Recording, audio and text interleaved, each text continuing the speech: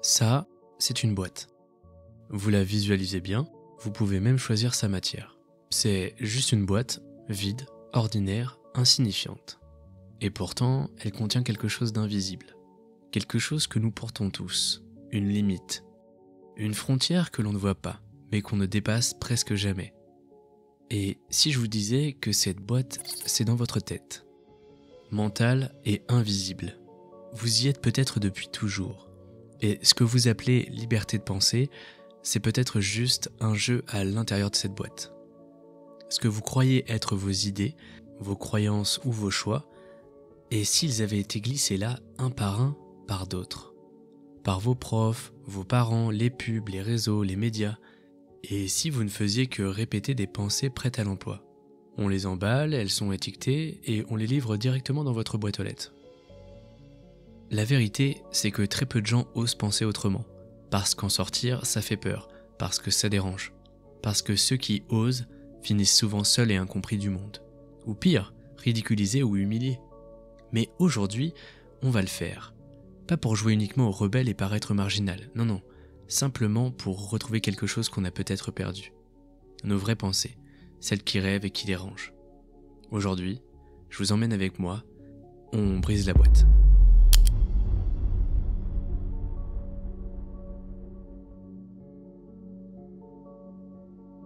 Mais alors, d'où vient cette boîte? On ne naît pas avec, ce n'est pas un objet qu'on reçoit à la naissance, qu'on a glissé dans notre berceau avec une petite tétine et notre carnet de santé. Non, c'est plus insidieux que ça. La boîte, on la construit. Ou plutôt, on va nous aider à la construire, mot après mot, semaine après semaine. D'abord, il y a les parents. Pas par méchanceté ni par malveillance, non. Ils font ce qu'ils peuvent, les pauvres, avec leur propre boîte qui souvent est plus vieille et plus rigide. Ils nous transmettent leurs peurs, leurs idées toutes faites et leurs vérités inquestionnables. Et puis, l'école prend le relais. On nous apprend à réciter et à restituer, à recopier les autres, mais pas à questionner, pas à douter. Douter, c'est dangereux, douter, ça fait perdre des points. Ensuite, viennent les amis, les groupes, les premiers jugements et l'adolescence. L'envie de plaire et l'angoisse de décevoir. Alors, tranquillement, on va rentrer dans le moule. Pas parce qu'on y croit, mais parce que sortir du moule, c'est s'exposer. Et puis un jour, on regarde autour de nous, et on s'aperçoit qu'on a accepté tout ça sans vraiment le choisir. Les idées politiques qu'on a héritées de nos familles, nos amis qui ont été influencés et qui nous influencent à leur tour. Des rêves tout faits, vendus par la société, une maison, un CDI, une montre connectée, un labrador, un scénic aussi. Des goûts qu'on pense avoir choisis nous-mêmes mais qui viennent de toutes ces pubs qu'on a déjà vues 300 fois. Alors attention, bien évidemment, je vous sors tous les clichés possibles, mais loin de moi l'envie de juger, c'est uniquement pour que vous ayez l'idée. On pourrait illustrer ça avec de nombreux points. C'est pour que vous puissiez vous représenter la boîte. La boîte, elle ne fait pas de bruit, elle ne crie pas et elle ne vous frappe pas. Elle chuchote, elle suggère. Elle s'installe tranquillement. Et plus le temps passe, plus elle devient confortable. Mais il y a un prix à payer pour ce confort. Un prix énorme. Il est invisible et très silencieux.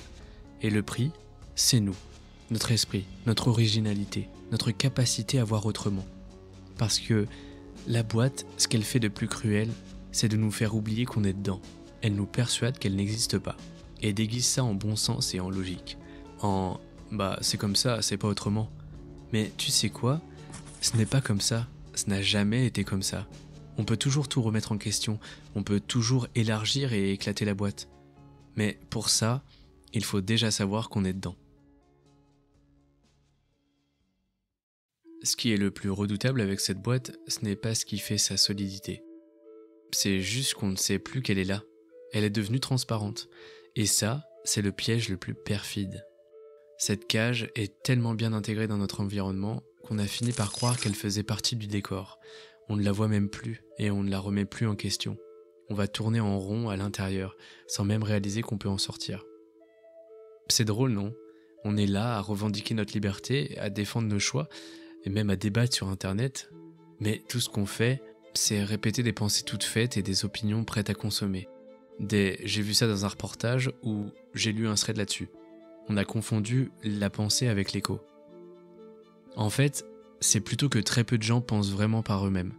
Pas parce qu'ils sont stupides, non. Mais parce que penser, vraiment penser, eh bien c'est fatigant. C'est chiant. je vais plutôt aller scroller sur mon tel. Ça demande du temps et de la remise en question. Mais surtout, ça demande du silence. Et dans ce monde qui hurle tout le temps, où tout va vite, où chaque seconde est remplie d'une notification, d'un commentaire et d'une vidéo, comment veux-tu entendre ta propre pensée émerger ? Et à partir de ce moment, c'est facile de se réfugier dans des schémas de pensée préfabriqués. On emprunte des opinions comme on emprunte une veste à un ami. C'est pas tout à fait moi, mais bon, elle est pratique, elle tient chaud, et elle permet de sortir sans trop attirer l'attention. Et comme tout le monde fait pareil, on se regarde entre clones, et on se rassure. On se dit, si je pense comme tout le monde, c'est que je dois pas être trop à côté de la plaque finalement. On est tous dans des boîtes côte à côte, en train de crier « liberté » à travers des murs en carton. La boîte est là où l'on ne remet plus rien en cause, là où les évidences sont trop évidentes pour être interrogées, là où le « c'est comme ça » devient une règle de vie, là où on se moque de celui qui ose penser autrement, parce qu'il nous dérange, parce qu'il ébranle le petit confort de nos convictions figées. Alors oui, la boîte est invisible, je vais le répéter, je le redirai encore, mais ce qu'on ne dit pas, c'est qu'elle a des symptômes. J'en ai déjà évoqué précédemment, mais une petite piqûre de rappel ne fait pas de mal. Quand tu entends les « on a toujours fait comme ça », les « ça n'a jamais marché », les « t'es pas normal, t'as changé, tu te prends pour qui ?» Et ces phrases-là, voyez-les un peu comme les videurs de la boîte. Oui, super jeu de mots, je sais. Mais tu sais quoi ? C'est pas grave. T'es pas obligé de rester prisonnier. Tu peux commencer à voir les contours et à sentir les parois. Et finalement à poser tes mains dessus. À pousser tout doucement. Ça ne fera peut-être pas de bruit, mais crois-moi, la première fissure, c'est déjà une révolution. Et d'ailleurs, parlons-en de ceux qui sortent. Des gens qui ne rentrent pas dans les cases et qui dérangent. Des êtres que la société a d'abord appelés fous avant de les appeler génies. Tu les connais, hein ? Je vous mets une petite liste à l'écran pour votre culture personnelle. Tous ces gars-là, ce qu'ils ont en commun, ce n'est pas leur génie, ce n'est pas leur QI ni leur fortune, ni même leur réseau. C'est une chose beaucoup plus simple. Ils ont osé penser autrement. Ils ont osé penser contre le courant, contre les moqueries, contre la peur du ridicule, contre leur propre peur, surtout. Penser en dehors de la boîte, c'est vraiment pas cool, hein. C'est même douloureux. C'est être seul au milieu de gens qui ne comprennent pas.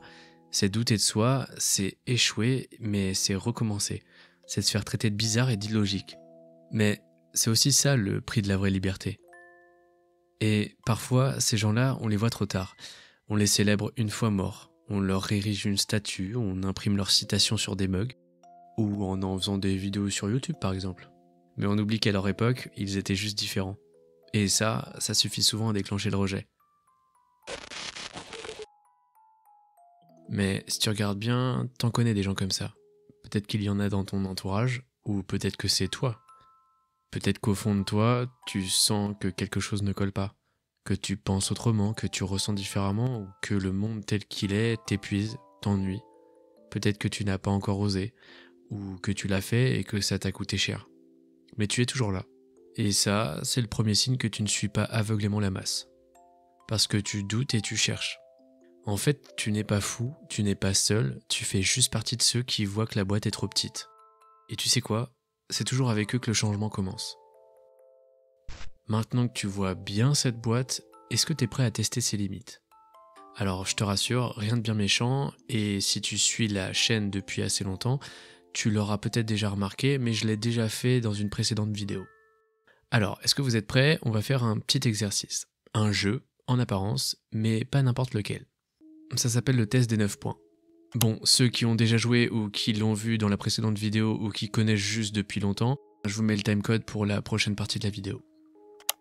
Pour ceux qui sont restés, donc, voilà 9 points, disposés en carré, 3 lignes, 3 colonnes. Ta mission est simple. Relie ces 9 points en traçant 4 lignes droites sans jamais lever ton stylo de la feuille. Vas-y, je te laisse quelques secondes pour essayer, je t'attends. C'est dur, hein ? Après, je t'ai quand même donné beaucoup d'indices tout au long de la vidéo. Bon, maintenant regarde bien, je vais te donner la solution. Regarde ce que tu n'as pas osé faire.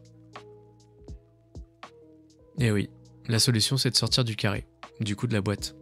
Tout simplement. Mais tu ne l'as pas fait. Pourquoi ? Parce qu'une petite voix quelque part en toi t'a dit « tu dois rester dans la forme ». Sauf que personne ne t'a jamais dit ça. Tu t'es imposé la règle tout seul. Et c'est exactement ça la boîte, puisqu'elle ne t'interdit rien, elle ne crie pas « stop », elle te laisse croire qu'elle est là, et tu fais le reste. Tu t'auto-limites, tu te plies à des règles qui n'existent pas. Tu vis selon des limites que personne n'a posées, sauf toi finalement. Ce test ne mesure pas ton intelligence, il mesure uniquement ton conditionnement. Et il montre à quel point, même dans un espace neutre, on préfère rester dans des cadres imaginaires, plutôt que d'envisager que le cadre n'a jamais existé. C'est fou, non ? Ce simple carré de points nous montre qu'on pense que les limites sont autour de nous, mais souvent, elles sont en nous. Alors, à partir de maintenant, pose-toi cette question à chaque décision ou à chaque pensée. Est-ce que je reste dans le carré parce qu'il est là ou juste parce que j'ai peur d'en sortir ? Tu verras, rien que cette question, c'est déjà essayer d'ouvrir la porte. Bon, alors, comment on fait ? Comment on sort vraiment de cette boîte ? Est-ce qu'il suffit de lire des livres, de voyager, de penser différemment ou juste de faire des vidéos YouTube ? Bah, pas tout à fait. Parce que penser différemment, ce n'est pas penser opposé. Ce n'est pas juste dire l'inverse de tout le monde. C'est comme ce type-là qui, quand quelque chose devient mainstream, proclame que c'est nul. On vous voit, hein. En fait, ce n'est pas crier plus fort ni se donner un style alternatif, hein. Sortir de la boîte, c'est justement plus subtil que ça. C'est plus intime. C'est une manière de regarder le monde et surtout de se regarder soi-même. La première clé, c'est l'ouverture d'esprit. Ça paraît évident. C'est pas juste tolérer les idées des autres. C'est aller les chercher. Les comprendre même si elles te dérangent. Même si elles te bousculent. Surtout si elles te bousculent. C'est lire un auteur que tu n'aimes pas. C'est écouter quelqu'un avec qui tu n'es pas d'accord sans chercher à le contredire tout de suite. C'est dire parfois « je sais pas » et laisser cette phrase ouverte sans la combler. La deuxième clé, c'est la curiosité. La vraie. Celle qui t'emmène là où tu n'avais pas prévu d'aller. Pose-toi des questions un peu bizarres. Remets en question toutes les évidences que tu connais déjà. En faisant ça, tu verras, tu pourras trouver des petites choses incroyables. Et puis, il y a l'imagination. Ce mot qu'on réserve aux enfants ou aux rêveurs, mais qui est surtout un outil de survie mentale. Imaginer, c'est créer de nouveaux chemins dans le cerveau. Et c'est refuser que la réalité soit un seul chemin tout tracé. Autoriser l'imprévu ou fabriquer des ponts entre les choses.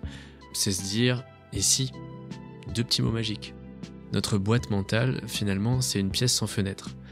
La curiosité, c'est la poignée de porte. L'imagination, c'est la lumière qu'on allume. Et l'ouverture d'esprit, c'est le moment où tu comprends que les murs étaient en carton. Mais il y a une dernière chose, peut-être la plus importante, le courage. Parce qu'en sortir, ça veut dire affronter l'inconnu. Ça veut dire accepter de ne plus être sûr de rien et d'être parfois seul face au monde qui te dit « tu penses trop, tu t'éloignes ». Mais tu sais quoi ? C'est justement dans cet éloignement que tu te retrouves, toi. Ton vrai toi, pas celui que tu as appris à montrer, celui qui observe et qui doute. Celui qui crée, celui qui ne cherche pas à avoir raison, mais à comprendre.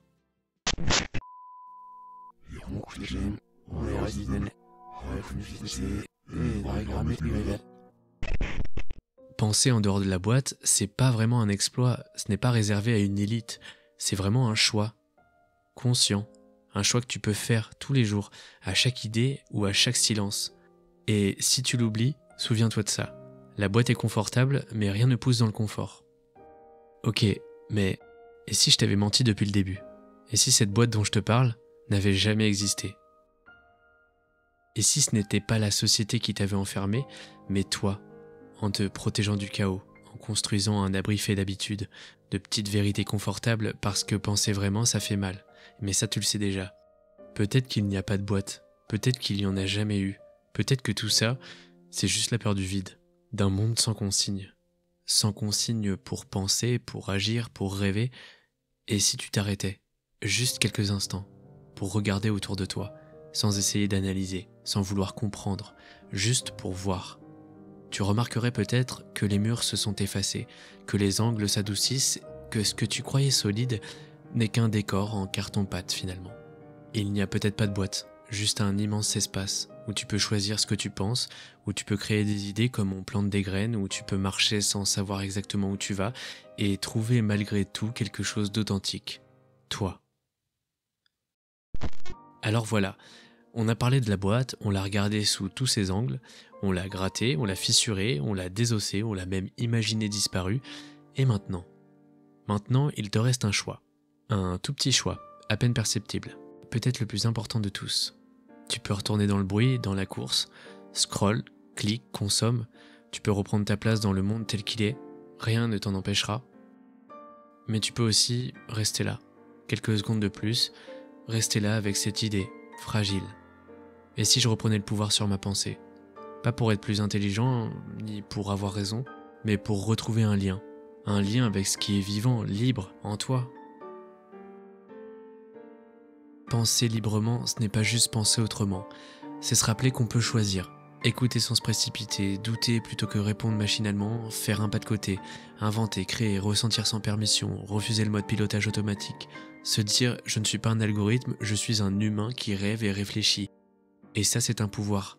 C'est pas un pouvoir sur les autres, hein, ni celui qu'on nous vend à coups de slogan, c'est un pouvoir sur notre propre conscience, et il commence dès maintenant, dans cet espace entre ce qu'on croit et ce qu'on pourrait imaginer. Alors, refuse d'être un suiveur, ne récite pas la vie, ne copie pas les opinions, crée tes propres liens, vois et sens autrement, ose penser les questions qui n'ont pas encore de réponse. N'oublie jamais que ta pensée t'appartient, même si tout te dépasse, même si personne ne te comprend, il te reste ça, ce petit feu, discret, têtu, libre. Et parfois c'est tout ce qu'il faut pour commencer à changer quelque chose. Te voilà libre maintenant, mais cette liberté, que vas-tu en faire ?